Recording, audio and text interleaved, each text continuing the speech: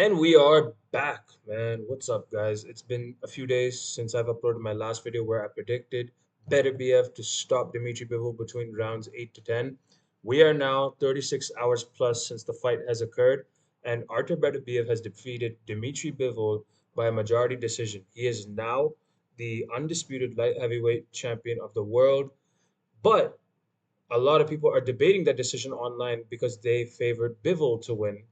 And one of the judges actually had that scorecard pretty wide. I personally disagreed with that judge who gave it 116, 112 in favor of Beterbiev.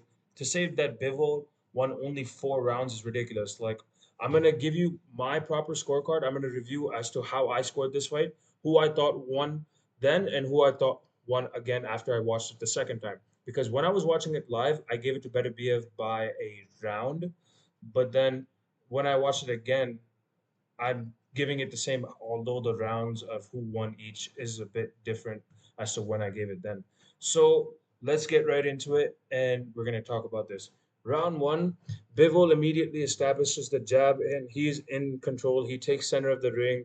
He is outlanding him. Beterbiev is trying to absorb the shots. He's keeping his composure, but Bivol just landed the more shots. So round one, I gave it to Bivol. Same for round two, I gave it to Bivol. Round three was when the tide started to turn in Beterbiev's favor. However, Bivol did outland him, so I gave round one to three in favor of Bivol. Round four is when Beterbiev did start to pick up the pressure, as I did say in my prediction, if I'm not mistaken.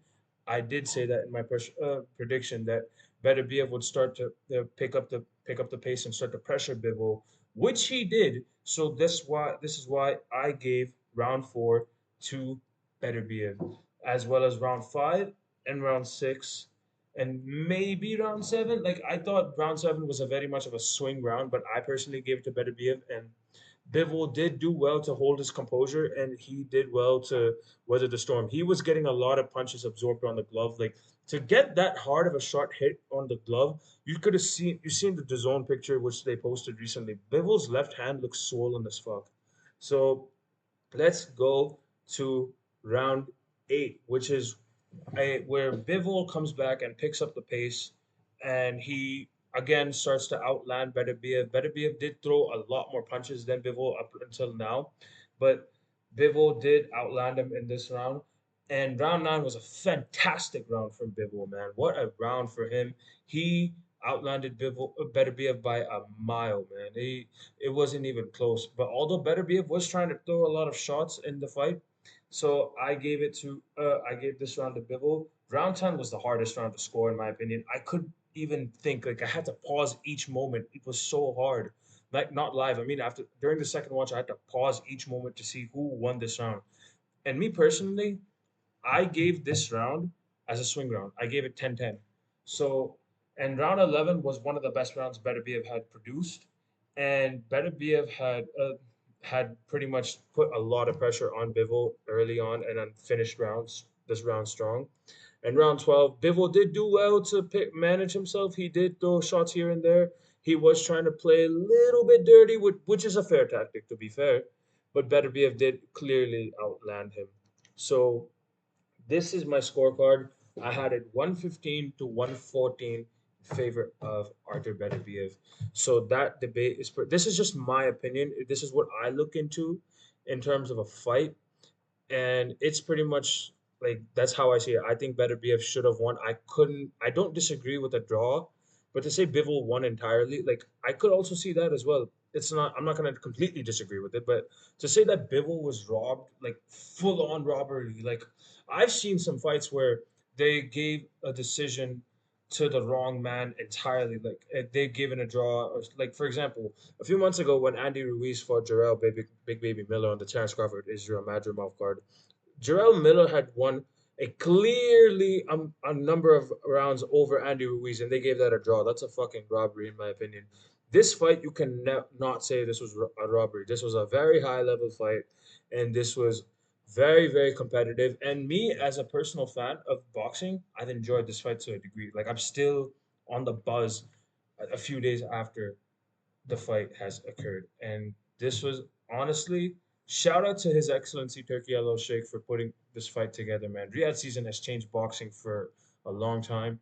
I really want to go to Riyadh as a young boy from Bayamagali. Like I really want to go to Riyadh, like, and I want to witness one of these boxing events. But shout out to everyone that's put these events together. And on to the next topic, which is Eddie Hearn, who has said that Bivol should be the undisputed champion of the world. I get it that like he's this guy, he's his promoter. He should be backing him entirely, and I 100% get that. That Arthur Beterbiev should have won by knockout. Like he referenced in the point, like when we were going from round 10 to round 11, when Arthur Beterbiev's corner had told him that he needs to win by a knockout. I personally think that was only because Arthur Beterbiev has won every other fight up until now by knockout. He's never won a decision, to be honest. Like it's kind of a weird feeling for him as well because this is his first ever decision win, and the corner just wanted him to get on with the fight as he always does. But Dmitry Bivol just didn't provide that for him. He didn't give him that opportunity. They both brought the best out in each other. They both were the hardest fights for each other up until then. This was a fantastic fight. I've enjoyed every minute of it. And the undercard was sick as well. Fabio Wardley, man, what a fucking fighter, dude. He knocked out Fraser Clark, and he put a dent in Clark's face right here after he dropped him, and then his jaw went right here. It was very, very it was very awkward for me to watch. I don't know if awkward is the right term, but it was very disturbing for me to watch. I hope Fraser Clark's okay. The Ben Whitaker fight was a weird one in the sense when Liam, I don't know if he intentionally fell off the ropes and or Liam Cameron was pushing him, but they both that fight had ended in a draw because it ended in a really, really, really weird way where both of them kind of fell out of the ring, and then Ben Whitaker had hurt his ankle, so it was more of a technical decision in that sense. So it's very, very subjective. But I think that fight in particular for Ben Whitaker should have been a. It was supposed to be a star-making fight for him because Liam Cameron was a perfect opponent for him to test out his skills to show that he is a superstar, and I still believe he is. But that fight kind of didn't do him any favors. He kind of underperformed. I wouldn't say underperformed, but it was underwhelming in the sense that he didn't do what he normally does. He didn't do the show by boating, which everyone loves him for. Instead, he was trying to play an actual boxing game. To be fair, he did want to stop Liam Cameron, but unfortunately, that's just not how it played out. I think they should get the rematch. Ben Whitaker might want to look that back and be like, this was not how I planned out my Riyadh season debut. I have to come back. Because knowing Turkey Al Sheikh wants to make Ben Whitaker as a superstar. There's no doubt about that. Why would he put him on the card when he's one of the most talked about boxers to date? Even in India, I know a few people who know about Ben Whitaker. Like, it's super sick. Like, Ben Whitaker needs that one small performance. Like, an exciting small performance to seal the deal, and he goes to the stars for me, in my opinion.